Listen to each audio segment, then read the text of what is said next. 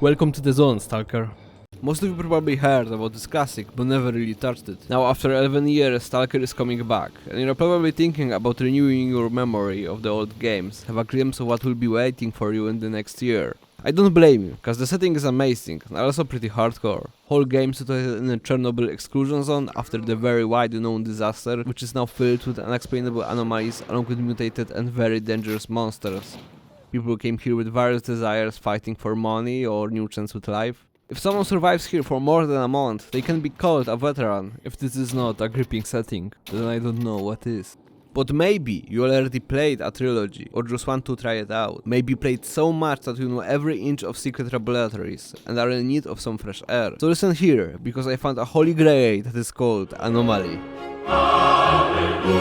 It's a standalone mode that connects all three games into one gigantic world, creating one of the biggest and most detailed variety of environments to this day. It also adds original mechanics like cooking, repairing your own stuff, improves shooting to be on par with the modern games, and so much more. This project is so big that it has its own mods, so if there are still things that you want improved or removed, there's probably an add-on to it. I'm specifically playing with 1G Riot's Moch Immersion Pack to add a little bit of even more realistic seasoning to this amazing feast. You can join any faction that exists in this franchise and do anything you want to experience in this big roleplay life. I highly recommend playing it on the hardest difficulty. Pump up bullet damage to 1.5 and protection to good. Settings are highly customizable, allowing you to change almost everything you want. I played almost every run on Iron Man that deletes your save in a case of any unfortunate accidents, or Azazel, allowing you to control a randomly chosen Stalker every time you die. But why should I do it, you ask? Because this way you can actually play the game to the fullest, not pressing quick save every 5 steps you take in the zone, lose 10 hours of your progress just by a simple mistake, because this game does not know mercy. But maybe I can help you in understanding and surviving zone before being shredded to parts. So listen here, because those are basics in being a stalker. Anomalies, they are the most stationary part of the zone, as most of them never change position. They can get you burned, poke with thousands of volts, or simply crush you with the sheer power of gravity. Most of them are not visible at the first glance, unless you activate them with screws. Now you're probably thinking, why don't you just go around them? True, you can do that in some cases, but to avoid most of them, you need to remember where they are, and they can be in really obscure places. This one is next to the trader. Some are in the middle of outposts or road. The zone has hundreds of them, so good luck with remembering. This game forces you to be slower than usual. You won't notice anomalies while being too fast. One mistake, one wrong step, and you're probably dead. They can also be your ally. They can kill unaware mutants or stalkers. Dead bodies lying down in the middle of nowhere can inform you if there are any anomalies near it. More concentrated ones mean artifacts, a reason for many stalkers to come into the zone because they can be sold for a very high price. Traders are always looking for them. Some military guys might even want one as a souvenir to take home. It is very important to find them because for the whole game you will be heavily underpaid, getting barely enough money to come by. If you want to go into anomalies for money, better get a specialized suit for it, although they are not cheap. Your starting leather jacket won't save you from any danger of the zone. And almost nothing will protect you from emissions that in the best case scenario will kill you. In the worst, you will become a mindless zombie, wandering around with other unfortunate stalkers, so your only way of surviving is finding a shelter as soon as possible. When you are wandering around the zone, there will be moments when you can see a movement between the bushes. It can be just a hobo with a bottle of vodka, or a pack of blind dogs running around finding a perfect time to jump on you. Even though they are one of the weakest mutants in the zone, they can still be pretty dangerous. But this is a game made by Slavs, so probably among this pack there is a Psyduck, able to create illusionary copies of itself to attack you while being swarmed. Mutants can be highly unpredictable at the beginning, however the more you know them, the easier they become as you understand their routine and strategies. If a pack of animals attacks you, killing enough of them or an alpha of the pack will probably force them to run away. Some of the mutants are rather lonely creatures, but it means that they are strong enough to survive on their own. They will also fight to the death in their territory, unlike mutants in pack. Most of them are highly territorial, so going around them is the best case. However, when you realize that you are in their home, it's probably too late. And some of them are very hard to deal with, like invisible poltergeists able to throw objects at you. One of the scariest ones are controllers, showing you things impossible to understand with our human mind by using psychic powers.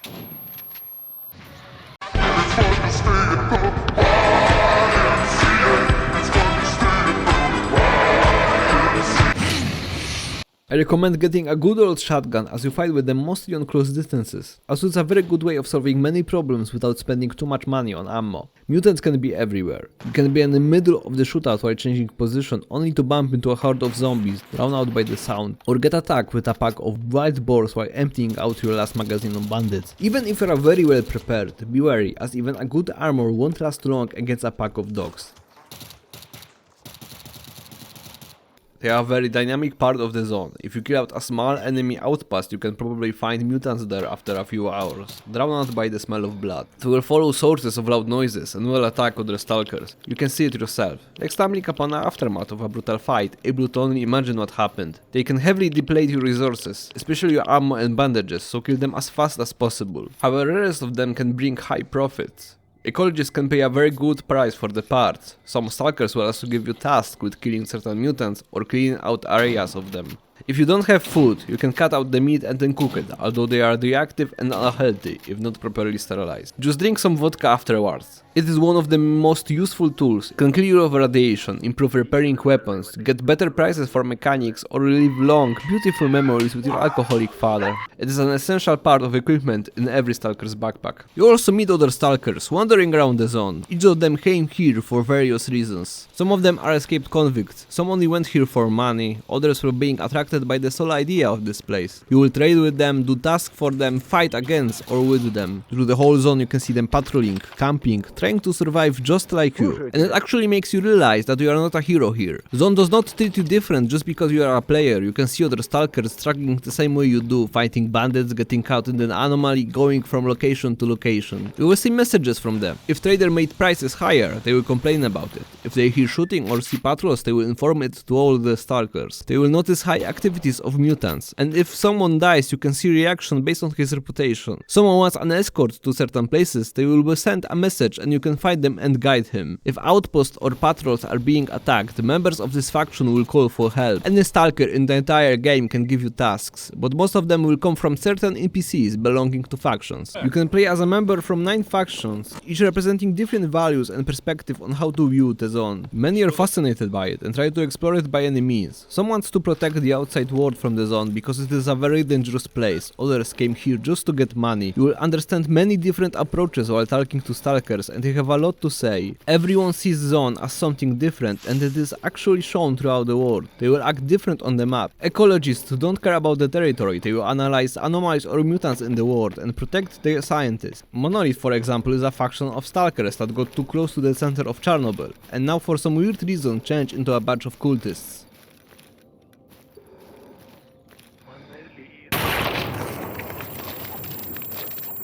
You also have reputation with certain factions. The more they like you, the more their traders will offer you with discounts. Later you even invite members to your party so you don't have to walk alone. If you really want, you can change your faction by talking to their leader, but for a price. Those factions vary in equipment and design, not by much, but enough to recognize them from distance. Bandits have mostly basic coats and jackets, holding weapons that you can find in an everyday Russian basement, because their members consist of unorganized groups without any kind of experience. Military factions like Duty or Mercenaries will be professionally equipped. Even a small group can put up a good fight. Mercy is not an answer in this brutal world.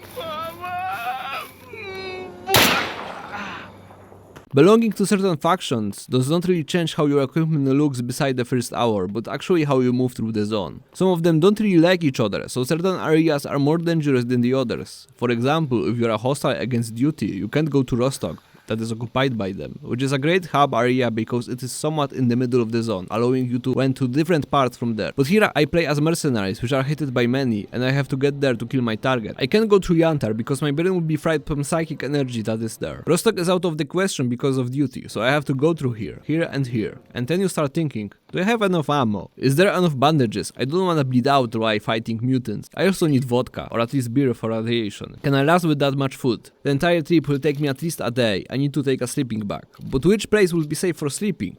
I don't wanna be attacked by mutants at night. I also don't wanna take too much, I will be too heavy and get tired quickly. I have to go near the bandit base, and they have watchtowers, maybe take something long range. I also have to come back. If I have a patch of another faction taken from a dead body, I can sew it into my armor, and people will think that I am not a mercenary. Next to that, a sniper here won't shoot me. I just need to remember that I shouldn't come near anyone or the whole thing will fail. There is a lot of planning in Stalker, you need to be prepared for anything. It is full of backtracking, but it is not an issue, but a very important part of the game. You understand the zone more, know which tracks are remotely safe and which are death traps, and how to go around or through dangers. But it isn't Skyrim, where clearing a place makes it empty for the rest of the game. A safe path might be filled with mutants the next night, a camp that you cleared yesterday from bandits may be taken over by another faction seeing an opportunity. The more you know the place, the better you know how to act. If you are getting shot by a sniper, you might already know where he is. Based on the map itself, you can use this to your advantage. Here I have a contract for killing a mercenary. He is currently at the main base. I could wait until he comes out, but it could take days, and zone is a busy place. But this base has many open windows at the first floor, and there is a tall building facing them with an open roof.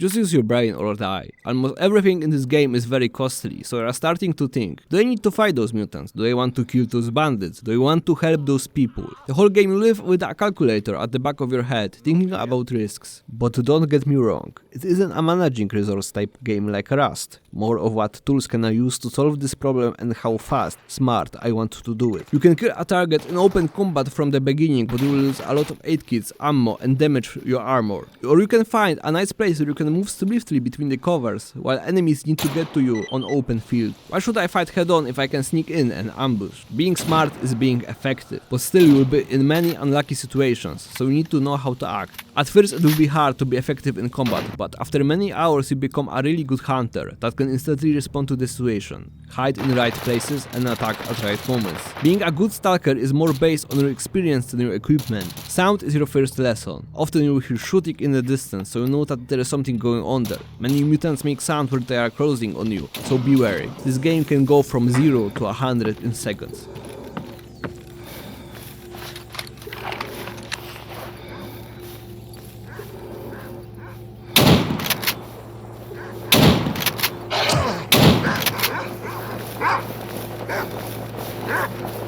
You will kill a lot in Stalker. Your kill count after a few days can reach hundreds. You have many weapons to do that, from basic pistols to big LMGs or even RPGs.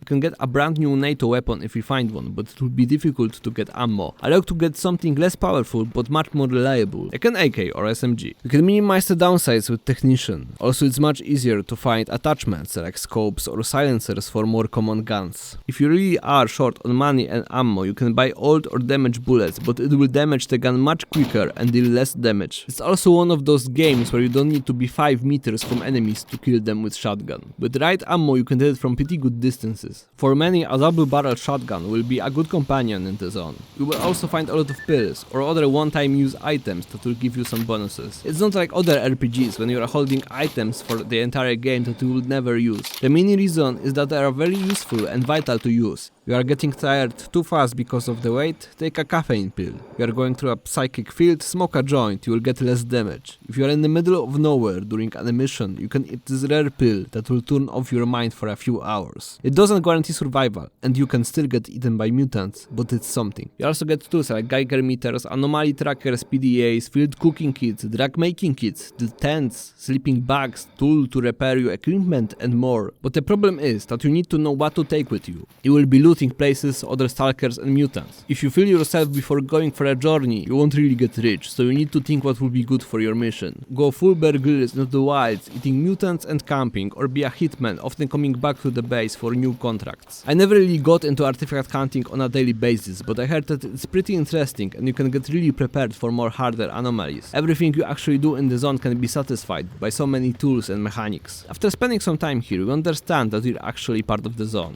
just like other stalkers, monsters, mutants or anomalies. There is no evil villain at the end or something to save the world. This is your home, no matter how unfriendly it is. Zone is expecting you to respect it. It doesn't like too much speed, wastefulness and many other things. If you are a good boy, it will reward. If not, it will punish. You are here to survive as long as possible and die in an awful way at the end. The only thing that you can do is postpone your final hour. This is depressing world, I know. Everything is dirty and rusted. When you wander around the houses, you see all this ugliness around, before and after the tragedy of Chernobyl. You are always surrounded by death, helpless knowing that if you die, no one will really notice. I know it's just a game, but you get easily immersed in this world. It's also the reason I come back to this mod and trilogy over and over again. The Zone with all its elements is a very complex character that you interact with every minute and is calling you over. There are so many places that you can call ugly but beautiful at the same time. It's hard to tell why, maybe because it's so intriguing.